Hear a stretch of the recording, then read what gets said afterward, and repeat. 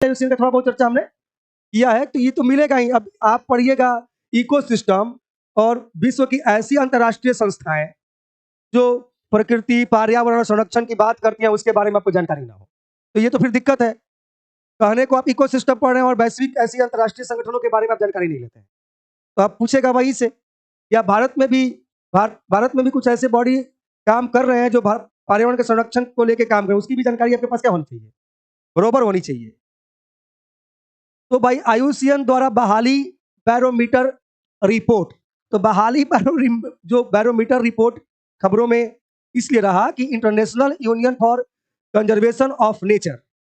IUCN ने हाल ही में restoration barometer report जारी की है। अब आप इसे बहाली बैरोमीटर कहिए, अच्छा है रीस्टोरेशन बैरोमीटर कहिए, बात क्या है, बराबर है। ठीक है, वो इसलिए है कि आप कहीं किसी जंगल में किसी जीव जंतु का कोई समस्या खड़ा हो गया हो, या फिर कहीं की भूमि जो है बंजर पड़ रही हो, है ना, उसको कैसे फिर से हरा भरा किया जाए, तमाम तरह की चीजें आंकड़ों में इस बैरोमीटर से नापने का प्रयास किया जाता है। और ये हाल ही में देखिए रीस्टोरेशन बैरोमीटर जो है 2016 में बॉर्न चैलेंज बैरोमीटर के रूप में लॉन्च किया गया था, और एकमात्र उपकरण है जिसका उपयोग सरकारों द्वारा तटीय और अंतर्देशीय जल, या तो तटीय है या फिर अंतर्देशीय है जो देश के अंदर में है, या फिर कोस्टल एरिया में समुद्री जो जल है उसको भी ले सकते हैं, अंतर्देशीय जल सहित सभी स्थलीय पारिस्थितिकी तंत्रों में बहाली लक्ष्यों को, मतलब कि जो आपका रीस्टोरेशन बैरोमीटर है, बहाली लक्ष्यों की प्रगति को ट्रैक करने के लिए पहले से ही किया जा रहा है। ठीक है, और बहाली लक्ष्य किस संदर्भ में, उस संदर्भ में कि भाई जहां संकटपूर्ण कुछ प्रजातियां हैं उसके संरक्षण के संदर्भ में, कोई ऐसे जंगल हैं जो धीरे धीरे क्या हो रहे हैं, कम होते जा रहे हैं, उसके संदर्भ में, कुछ ऐसे हरे भरे जंगल जो समय के साथ क्या होते जा रहे हैं, मरुस्थल में कन्वर्ट होते जा रहे हैं, इन तमाम जो लक्ष्य हैं सुधारों के, उसका मापन करना इसका उद्देश्य रहा है। और यह उन देशों के लिए डिजाइन किया गया था जो अंतर्राष्ट्रीय लक्ष्यों या समझौतों के तहत परिदृश्य को बहाल करने के लिए प्रतिबद्ध है। और वो जो बैरोमीटर है ना, रेस्टोरेशन बैरोमीटर, कुछ इस आकार का है, दिखाई दे रहा है, कुछ ऐसा आकार है। जैसे आप बैरोमीटर का काम क्या है, जहां पे बैरोमीटर होता है वहां के हवा के प्रेशर को क्या करता है, वो मापता है या चेक करता है।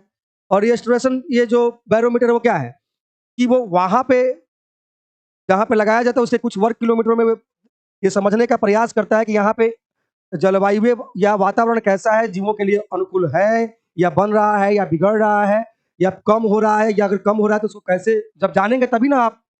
सुधार करें। और जब डॉक्टर जानता है कि इसकी ऑक्सीजन लेवल कम है तभी तो वो आपको ऑक्सीजन देता है। तो इस बैरोमीटर के माध्यम से पता चलेगा कि यहाँ पे कितनी संकटापन्न प्रजातियां हैं, या फिर वनों का दोहन हो रहा है, या फिर वो सीमित हो रहा है या बंजर, तभी तो आप कोई सुधार करने का प्रयास करेंगे, तभी तो कोई लिस्ट बना के निकालेंगे, तभी तो आप जलवायु में जो या जो क्लाइमेट चेंज है या फिर प्रजातियों के लिए जो अनुकूल माहौल देने का क्या करेंगे आप, प्रयास करेंगे, या फिर बिगड़ती कंडीशन को ठीक करने का क्या करेंगे आप, प्रयास करेंगे। बहाली बैरोमीटर क्या है, तो भाई रीस्टोरेशन बैरोमीटर को वही अंग्रेजी में 2016 में वही बात ऊपर मैंने पढ़ा कि बॉर्न चैलेंज बैरोमीटर के रूप में लॉन्च किया गया था। और बैरोमीटर में 8 संकेतक होते हैं जो किसी देश की बहाली की प्रगति की व्यापक तस्वीर बनाते हैं। यह बहाली के तहत लाए जा रहे क्षेत्र के आकार के साथ साथ संबंधित जलवायु, जैव विविधता, सामाजिक आर्थिक लाभों को रिकॉर्ड करता है, और सफल बहाली के केंद्र में सक्षम नीतियों और वित्त पोषण संरचनाओं को शामिल करता है। उसके कुछ ग्राफ्स दिए गए हैं और ये ग्राफ्स उतना स्पष्ट नहीं है, ठीक है, लेकिन कोई दिक्कत नहीं है, उसके रिपोर्ट की मुख्य बातें क्या है दे दी गई हैं। रिपोर्ट में मुख्य बातें यह हैं कि IUCN flagship restoration barometer report 18 देशों द्वारा आईयूसीएन रेस्टोरेशन बैरोमीटर को 2021 से 2022 तक सबमिट किए गए डेटा पर क्या है आधारित है, जिसमें लैटिन अमेरिका या दक्षिण अमेरिका के भी देश हैं, अफ्रीकन कंटिनेंट के भी कुछ देश हैं। और यह रिपोर्ट उस प्रगति को प्रदर्शित करती है जो रिपोर्ट करने वाले देश अपने बहाली लक्ष्यों पर कर रहे हैं, और मूर्त लाभों का प्रवाह, मतलब कि उस रिपोर्ट के जरिए मूर्त लाभों के प्रवाह का मतलब क्या है कि आप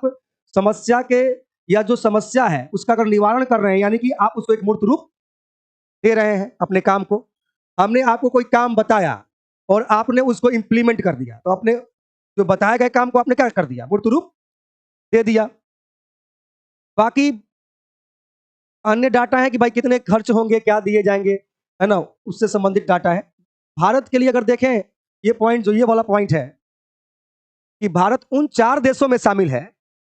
जिनमें इक्वाडोर, पाकिस्तान, उज्बेकिस्तान शामिल है। तो क्या मामला है भाई, जो अभी भी डेटा को अंतिम रूप देने की क्या कर रहे हैं, प्रक्रिया में है। ठीक है, तो इतने देशों से ज्यादा बढ़िया है कि उन देशों का नाम ध्यान रख लीजिए जो अभी इसे लागू करने में भी प्रक्रिया में ही है, प्रोसेस में ही। ठीक,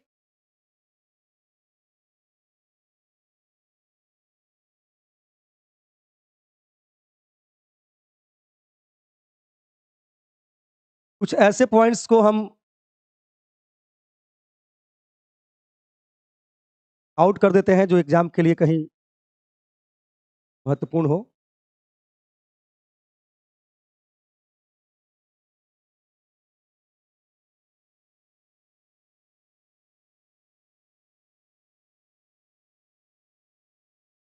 जिन 18 देशों ने अपनी प्रगति, या ये भी पॉइंट कि जो भी ये देश है रिपोर्ट जारी करने वाले, देने वाले, वो 2020 के बाद आने वाली ग्लोबल बायोडायवर्सिटी फ्रेमवर्क लक्ष्यों के तहत बहाली प्रतिबद्धताओं के खिलाफ प्रगति को ट्रैक करने की अनुमति देगा, जो COP15 में नेताओं द्वारा निर्धारित किए जाएंगे। और जिन 18 देशों ने अपनी प्रगति रिपोर्ट प्रस्तुत किए हैं उनमें Colombia, Costa Rica, El Salvador, Guatemala, Mexico, Peru, Cameroon, Ghana, Kenya, Malawi, Mozambique, Rwanda, Uganda, Bangladesh, Sri Lanka, Europe, मध्य एशिया और काकेशस, कजाकिस्तान, किर्गिस्तान और किर्गिस्तान जैसे देश के हैं। ठीक है, तो आप